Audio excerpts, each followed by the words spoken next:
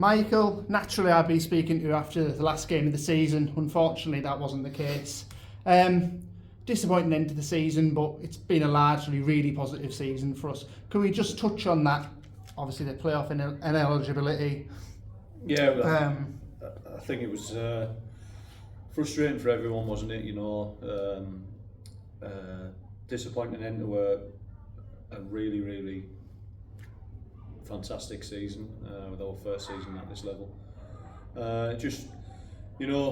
Things happen in hindsight. Could we have done things differently? Yes. Was there a mistake made? Yes. Is there one person to blame for that? No. We all got to hold our hands up as a club, and look at that and learn from it, and make sure it never happens again. We were of the opinion that Adam was fine to play going off this FA portal that we'd been told to use all year. The league had sent an email which wasn't marked as an important email. It wasn't marked that we had to read it or a red receipt or that there was an attachment on it. And we've missed that. There's no getting around it. We've missed that, but we've gone off something that we've used all season and that we're advised to use every single time we question something. Go through the FA portal, and we did that.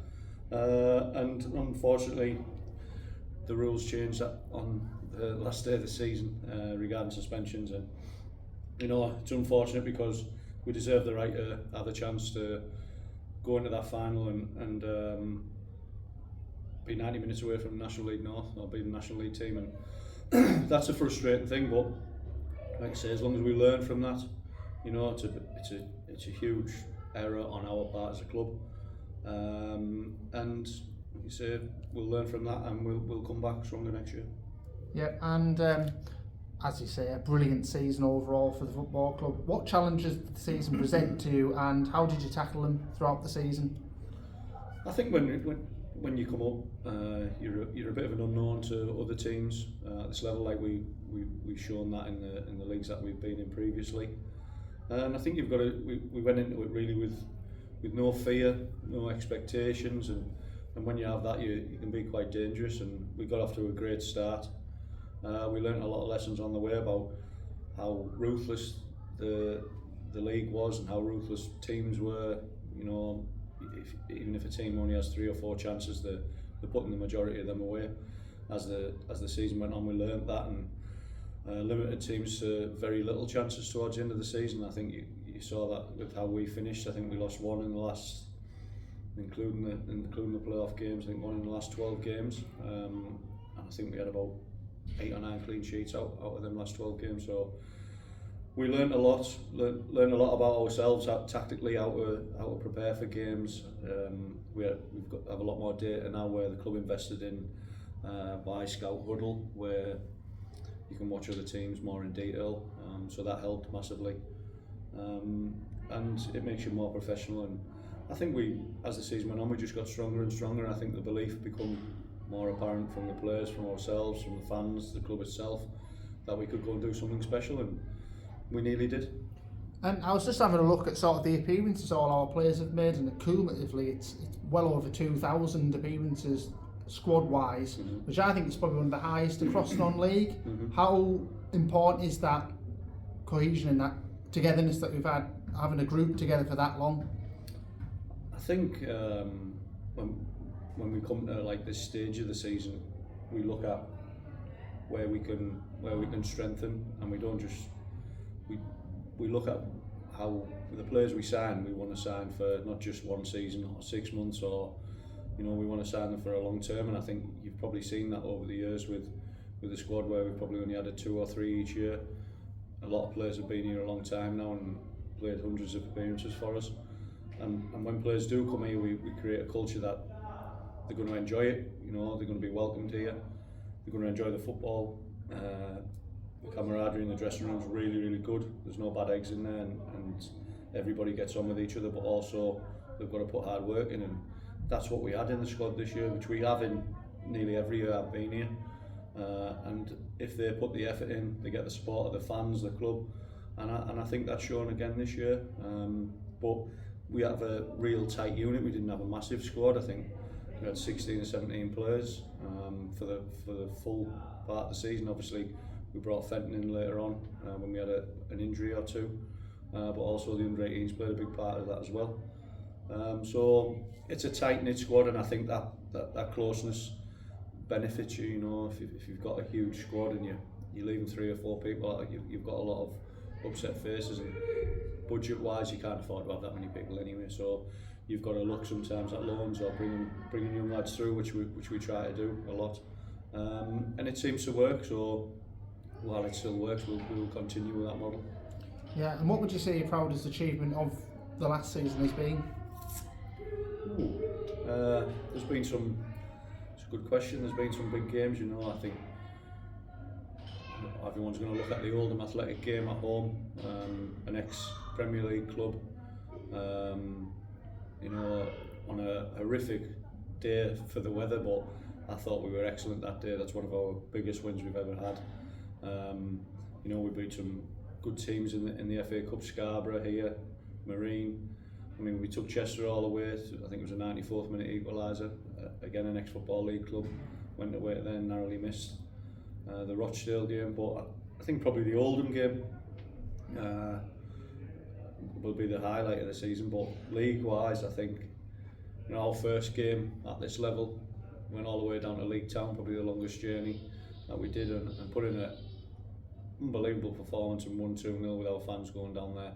And I think the fans would probably remember the FC United and Manchester game away, where there was nearly 2,500 fans there, and I think we took nearly 250.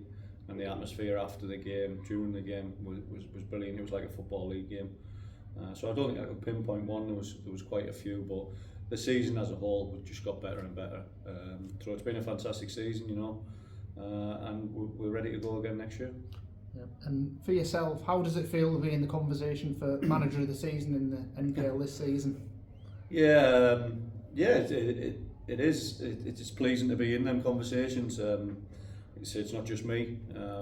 I have a really good team of coaches around me. You know, my assistant JD's been with me since I've been here. John's stepped up this year really well as first team coach. Nathan's come in. Jason's been with me a long time, and Sam the physio.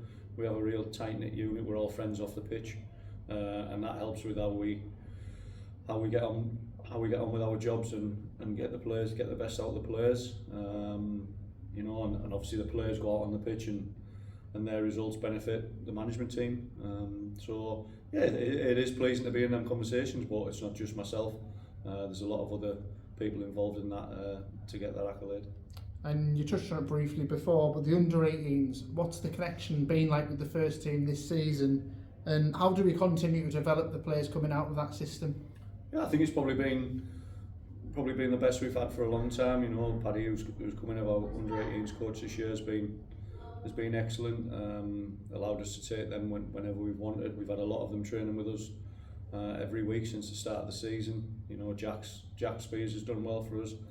Tom Birtles has when he's come in. They've both gone out on loan. Dan Dryden's gone out on loan. Joe Kennedy, and then you've got the likes of Jaden Faulkner and Joe Kennedy who only come out of school last summer, so they're still under 18s this year.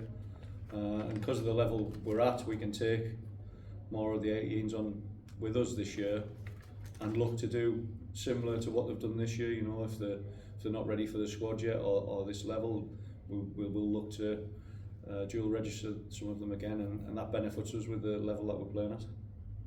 Great. And how are the pre-season plans shaping up now? We're heading towards that sort of time in the year. Yeah, it's you get the question, you get told that you'll be quiet now and you'll be able to go and have a break, and it's not. It's probably the busiest time now where you have meetings with players, meetings with new players who you're trying to sign, and obviously organising pre-season as well, which is well on its way.